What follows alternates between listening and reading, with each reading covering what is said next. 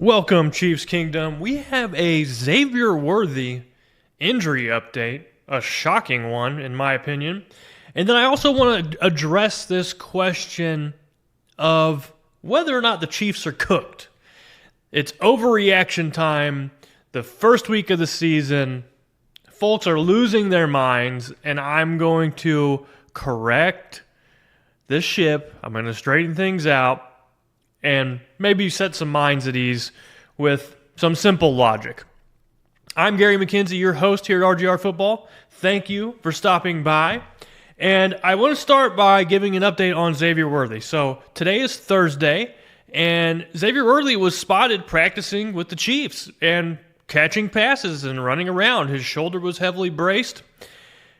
But it appears that Xavier Worthy is making a very personal decision to play with this injury. It has been reported and evident by the video of the Chiefs medical staff popping Xavier Worthy's shoulder back in place that Xavier Worthy had some form of a dislocated shoulder. Now, he could have had a full dislocation or a partial dislocation, which also goes by the term of a subluxation. So if Xavier Worthy had a full dislocation, there's nearly a 100% chance that that comes with a labrum tear. The inside of your shoulder, your labrum, is essentially the socket where your shoulder bone rests. When you have a dislocated shoulder, oftentimes that socket or that labrum tears. And doctors look at it like a clock. You can be torn from 12 to 3, 3 to 6, 6 to 9, 9 to 12. Different tears are more common than others. With a full-blown shoulder dislocation, a labrum tear is almost guaranteed.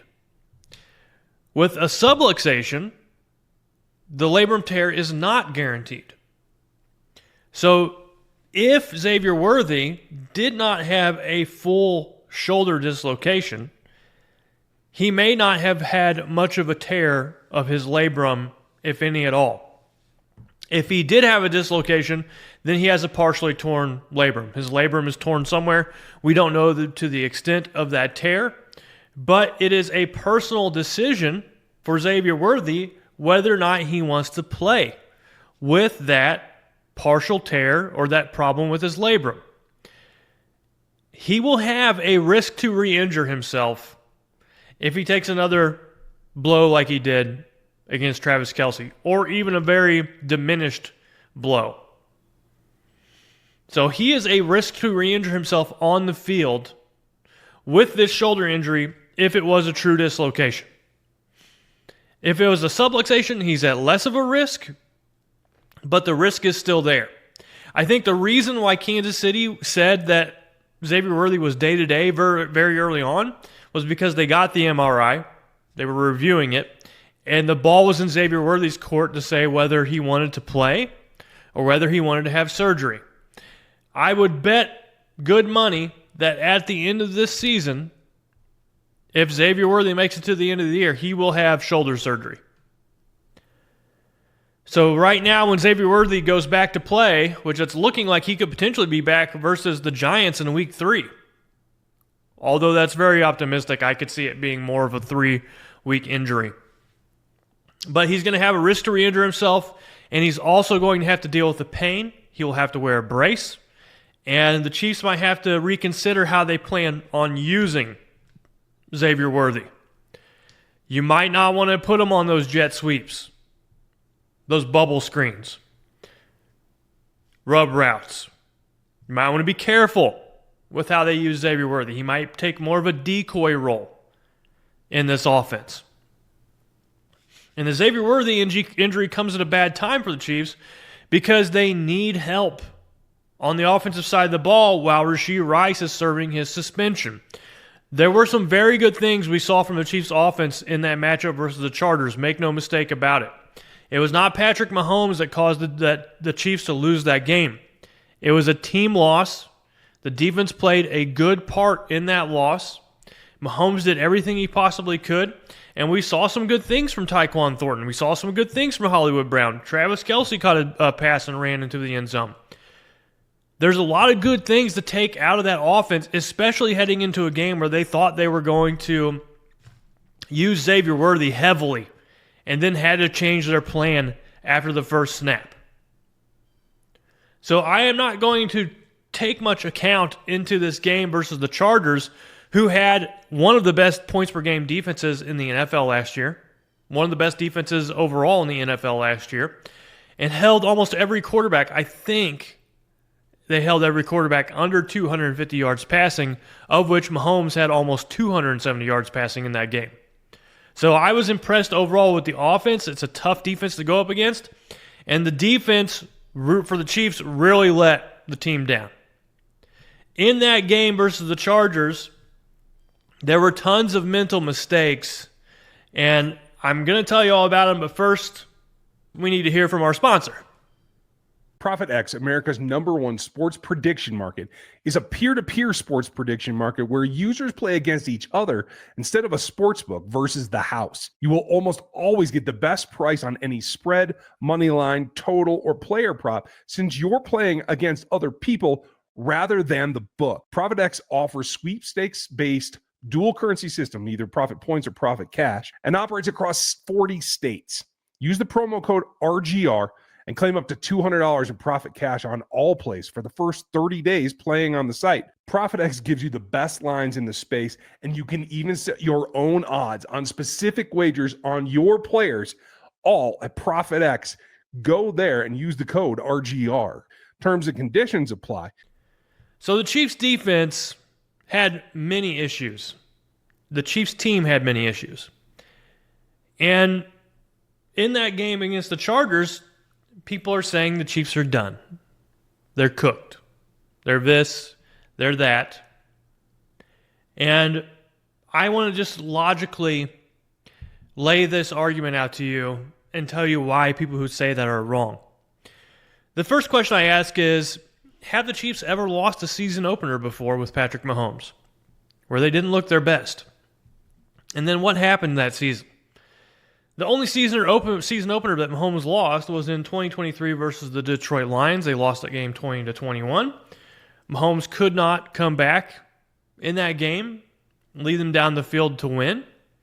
Kansas City went and finished the year 10-6, one of their worst records by their standards in the Mahomes era. However, that was the season they went on the road to beat Baltimore, to beat Buffalo in the playoffs, and eventually go and win the Super Bowl. So the Chiefs losing their first game is not a major issue. They've done this before. The question I think we need to ask ourselves is, do we believe that the Chargers are a good team? If the Chargers are a good team, then the Chiefs are also a good team. Because that game was within one score. The Chiefs had a chance to win the game. If they would have gotten a stop, Mahomes would have had the ball with a chance to score a touchdown at the end of the game. And we've seen that story many times, and we see how that ends for Kansas City, and usually it ends very well. The Chargers could also be an okay team. In that case, then, the Chiefs would also be an okay team themselves because they, once again, lost the game by one score, and they were fighting through thick and thin during that game. I do not believe either the Chargers team or the Chiefs team are bad. I don't think either one of these teams are bad. The preponderance of evidence for the Chiefs would suggest that not only are they a good team, they're a great team. If you take into account the last several years, every year Mahomes has started, they've been a great team. If you also look at the preponderance of evidence, how have the Chiefs lost games in the Patrick Mahomes era? How did they lose those games? Other than last year's Super Bowl, every time the Chiefs have lost with Patrick Mahomes, it has been due to self-inflicted injuries. I want you to go back, if you have time, and rewatch that game for the season opener for the Chiefs in Brazil versus the Chargers. And just keep track of how many times the Chiefs made an unusually dumb decision, committed an offensive penalty, had a drop, had a receiver who ran a wrong route.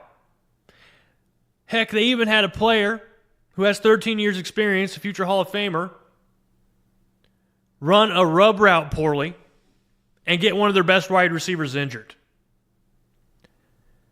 The Chiefs are a great team that still beats themselves from time to time.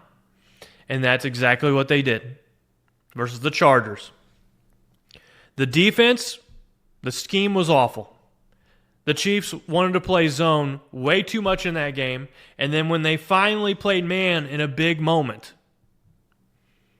Chris Jones goes inside and loses outside contain, and Justin Herbert very easily runs for 14 yards. That was a boneheaded play. The Chiefs are driving. Juwan Taylor, everyone's favorite offensive tackle for the Chiefs, commits 2 penalties in a row. And during the broadcast, you could see Travis McKelsey screaming in Juwan Taylor's ear. And usually I would say, yeah, hey, be a better teammate than that, but I felt like it was justified in that moment. And I think many people watching the game were happy that Kelsey was doing that because they felt the same way while watching the game. Hollywood Brown just doesn't seem to have this good synergy with Patrick Mahomes yet. He was breaking his routes off a little short or wasn't curling back far enough. Many things were wrong between their synchronization. This was an example of a Chiefs team that once again beat themselves. It didn't seem like the Chargers just came out and handled business. Like I said, there's only one loss I can recollect where the Chiefs showed up and they did not beat themselves and lost the game, and the other team just curb stomped them. And that was last year's Super Bowl. And that's the rematch we're looking forward to this week. I think the Chiefs are still a great team. They're a great team that has the potential to beat themselves. And you better believe that this sloppiness that you saw last week is going to get cleaned up. From the top down, the Chiefs do not tolerate this type of mistake or these types of mistakes to happen on a regular basis. If the Chiefs come out, they play sloppy again, they get destroyed by the Eagles, are we going to say the Chiefs are washed? They're cooked? I would say no. Because the evidence supports the fact that the Chiefs have done so well for so long, you would still think they would recover from that. And honestly speaking, the only time I will believe the Chiefs are cooked or Patrick Mahomes is cooked is if they don't make the playoffs. That's it. Otherwise, you're always going to have a team that could win on any given Sunday and do it more often than not. This matchup versus the Eagles means a lot more to Kansas City than it does to Philadelphia. And it's going to say a lot about this team's character, how well they can perform, and how much better they can play in this matchup. Let me know down in the comments what you think the outcome of the Chiefs-Eagles game will be, and let me know if you think the Chiefs are still a great team that has the potential to beat themselves like they did last week versus the Chargers, or do you think a storm is brewing in Kansas City and things aren't looking pretty? I would disagree with you if you believe that, but now's your chance to let me know down in the comments. Let's go, Chiefs. Y'all have a good rest of your weekend, and here's to a healthy and hopefully winning Sunday for Kansas City. Y'all take care. Thanks for watching this video from the team at RGR Football. Click these videos to see more and subscribe to RGR Football.